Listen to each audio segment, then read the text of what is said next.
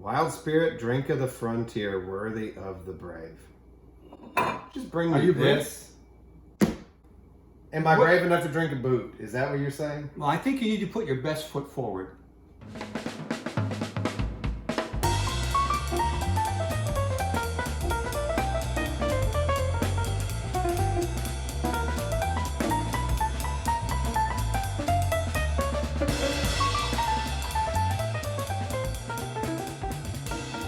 Welcome back to Drinking with Craig and Roger. I'm Craig.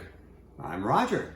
And you brought me something that I'm a little scared of. One, you've had this bottle for, I believe, 6 or 7 years, and it's had approximately 1/4 of it taken out. 2, the price tag was $16.99, and it looks old. And 3, it's the original Wild Spirit Drink of the Frontier, worthy of the brave, drink in moderation. Well, you've certainly done that. And the other note on there is it says it's a liqueur. What have you done? What is this? I saw this on a package store, shelf. I said, Wild Spirit Drink of the Frontier. Okay, I'm gonna try that. And it wasn't too expensive, so I got it. And so I tried it, and that was all. I mean, it's very interesting. On the back here, I saw that. I'm going to suggest here, but it says, okay, the early pioneers of America enjoyed wild spirit.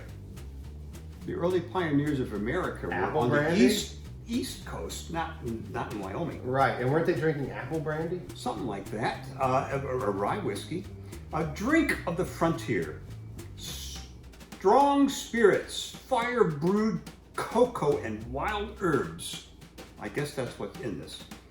Excellent straight on the rocks or as a mixer. Okay. It says excellent straight. I have to read this. These are their suggestions for mixed drinks. The Great Mixer. Gunshot. Knock a shot of wild spirit. Whoa, we're gonna do a gunshot. 2, Colorado coffee. Add 1 ounce wild spirit into a cup of hot coffee, top with whipped cream. A nice variation on Irish coffee. We'll see. You're right. I mean, but it sounds way worse. Wild cola. 1 ounce of this to 4 parts cola. Okay, that's typical. Then the wild sparkler. Add it in a tall glass with 4 parts sparkling water. Lots of ice to dull the flavor. And garnish with a wedge of orange. They're like, use this like any whiskey you would have, basically. Well, something that I didn't notice until today when I was looking very carefully at it. It's a liqueur. It's a liqueur, which means it has a lot of flavoring added to whatever the whiskey is. And it doesn't say bourbon, so we know it's not a bourbon. Yeah, well, let's do it. I shouldn't go in so bitter. It's just you didn't give me a good impression. Whoa! Are you sure you didn't drink this whole thing and fill it with water? What? It is clear. Oh my God. Now, what does that tell you, my son, after all these videos? It hasn't been aged at all in any type of barrel. Almost none. That is what it says, because it would have picked up something from charcoal God. or whatever. So, okay. So, all right, they are correct in this. That whiskey in the frontier was not gently aged 4 to 5 years. It was distilled and shipped where it was going to go and then drunk within a year.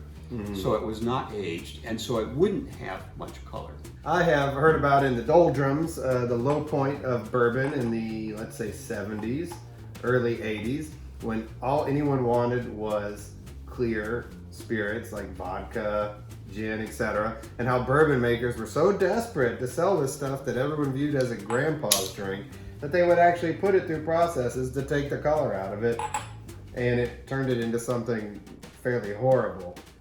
Would you compare this at all to that? No, I don't. I don't think this has suffered any of that kind of stuff. Doesn't the only reason why you would do that is because, you had a lot of stuff that you couldn't sell, and doing that little process would maybe make it more sellable. They tried. God bless them. That was the dark days for distilled spirits, in the 70s. You know. Yeah, you lived through it. I Was did. Scotch dirt cheap? It wasn't that expensive. It's not like today. Okay. But a number of distilleries closed, in Yeah. Scotland, Mhm. and not all of them have reopened. And a few have been reopened, but what they're selling now costs a whole heck of a lot more than it did Oh, yeah. in the 70s, even taking inflation into account. So, from whiskey's dark days to our dark days, and the smell, I don't know how to describe it. It's not bourbon-like at all, of course. Almost, I want to say it smells like a Canadian whiskey, Maybe, but a little bit. do you detect? It's also something else. You detect some of the youth in it. Well, Yeah, that little young taste. For sure. Yeah. But more than just A little that. harsh, yeah. There's something else I'm not able to put my finger on that this tastes like, or smells like. A different beast, not whiskey. No, this is probably corn whiskey, almost 100%. And Well, not aged. Let's give it a whirl. Imagine like tequila without the peppery spice in it. Like, anyway, here we go. Okay. Whoa. Okay. Okay, it tastes like somebody took a very clean vodka and put some cocoa powder in it. That is exactly it. The taste of cocoa is very strong. Cocoa? What the hell? Where did that come from? That's weird. Well, that's right there. Strong spirits, fire brewed cocoa. Okay, it's not bad. This is not bad, harsh, disgusting. It's just weird. It's unusual. Huh, interesting. This would go well in coffee. Maybe.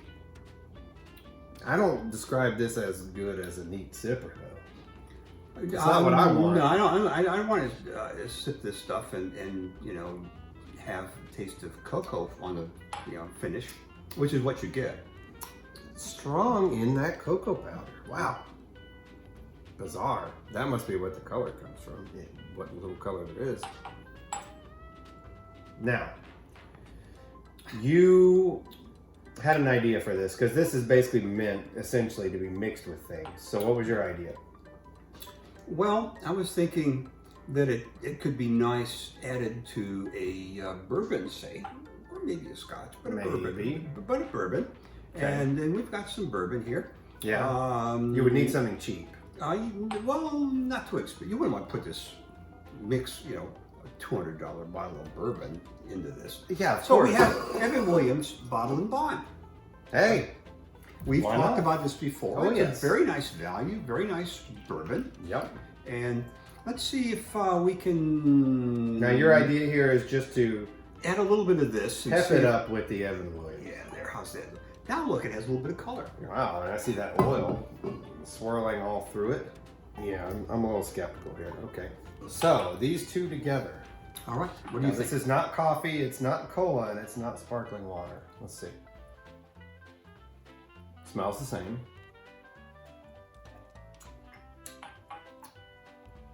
Does taste better.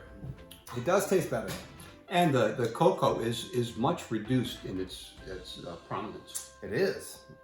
It's not bad. It's not what I would reach for No. if I wanted a drink, but this is not bad. It's better than it is by itself, for sure. And I will say, for, what was this, 45%?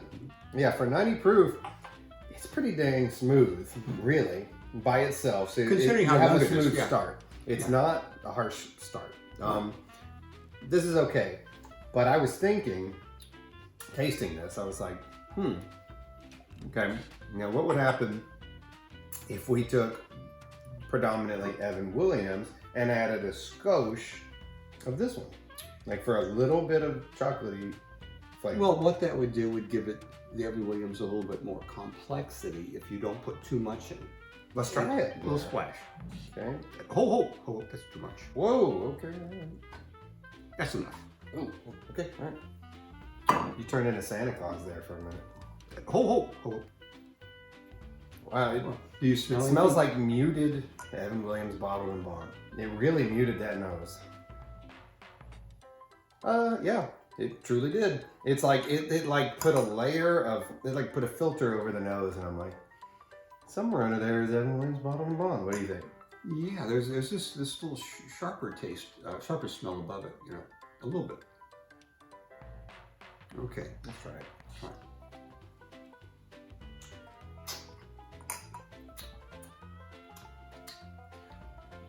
Pretty good. Not bad at all. We really didn't add much of that stuff. Well, we could have added a little bit less to make it more subtle, but still. What's the point?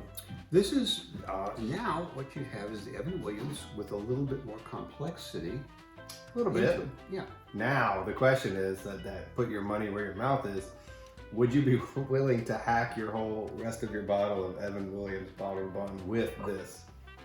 No. Good call. I would be willing to hack individual glasses. Just individual glasses, indeed. Yes. One at a time. Mm-hmm. And in that case, this bottle will last me another couple of decades because, you know, you only put a tiny little bit in and you don't drink it straight. But to be honest, I don't think the flavor of this thing is good enough to bother adding to anything. I'd rather just have Evan Williams Bottle and Bond neat. But overall, No. I deem this to be a borderline useless, worthless product. And I don't highly recommend it. I don't highly recommend it either. And I'm sure that I've had this bottle for maybe somewhere around 10 years. And I will have it for another. In fact, in my will, I will give it to you. Oh no! When I get this thing at that point, there's going to be sugar crusted all over the top. It's going to be terrible. This is an interesting thing. It's a very interesting label. Did we Is put it? this up? Oh yeah, I like that. It drew my attention sitting there on the shelf. And notice the guy with the two guns on? My wife likes that guy too. Yeah. It's a way to help you get rid of the stuff you don't like in a way you don't notice it that much without just pouring it down the drain. That's correct. So, maybe don't buy this. Definitely don't buy this.